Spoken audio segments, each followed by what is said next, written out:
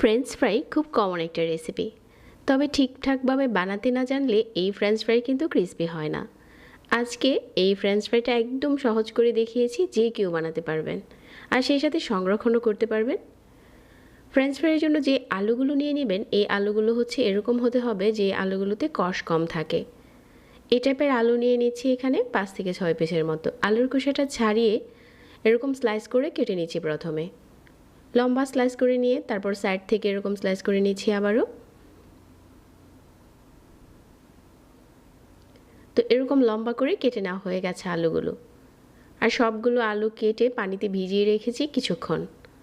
আর 2 বার পানি চেঞ্জ করে ধুয়ে নিয়েছি। আর একটা পাত্রে ফুটনো পানির উপরে দিয়ে দিচ্ছি এই আলুগুলো। আমি এখানে স্বাদমতো লবণ দিয়েছিলাম। তারপর হচ্ছে আমি এটা 2 মিনিটের মতো কুক করে নিচ্ছি। পানিটা ফুটে গেলে মাত্র 2 মিনিট কুক করে নিলেই হয়ে যাবে, এর থেকে বেশি আর জাল দিতে হবে না। 2 মিনিট পর এটা আমি এরকম করে উঠিয়ে ঠান্ডা পানিতে রেখে দিচ্ছি। এখন এই আলুর টুকরোগুলো ঠান্ডা পানিতে ডুবিয়ে রেখে দিচ্ছি প্রায় 1 থেকে 1.5 মিনিট।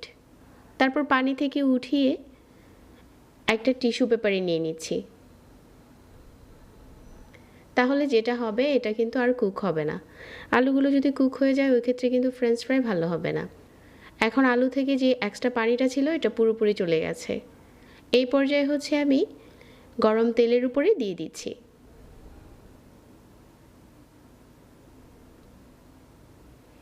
এই সময় চুলার আঁচ একদম বাড়িয়ে রাখতে হবে।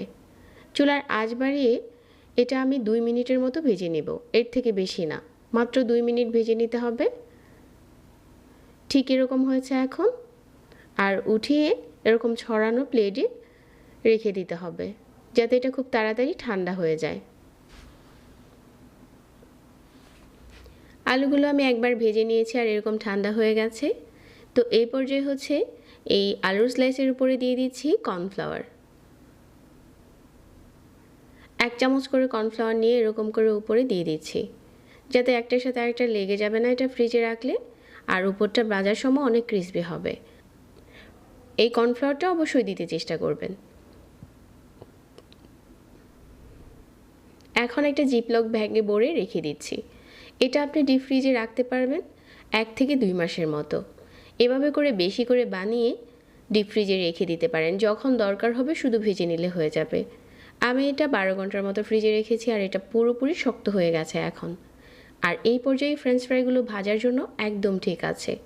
ফ্রেঞ্চ ফ্রাই কিন্তু আগে থেকে বানিয়ে এরকম করে সংরক্ষণ করে রাখতে পারেন, যখন দরকার হবে বাচ্চাদেরকে সাথে সাথে ভেজে দিলে এটা গরম গরম পরিবেশন করলে খেতে কিন্তু দারুণ মজার। আপনি ক্রিসপি একটা ফ্রেঞ্চ ফ্রাই নিজেই বানাতে পারবেন।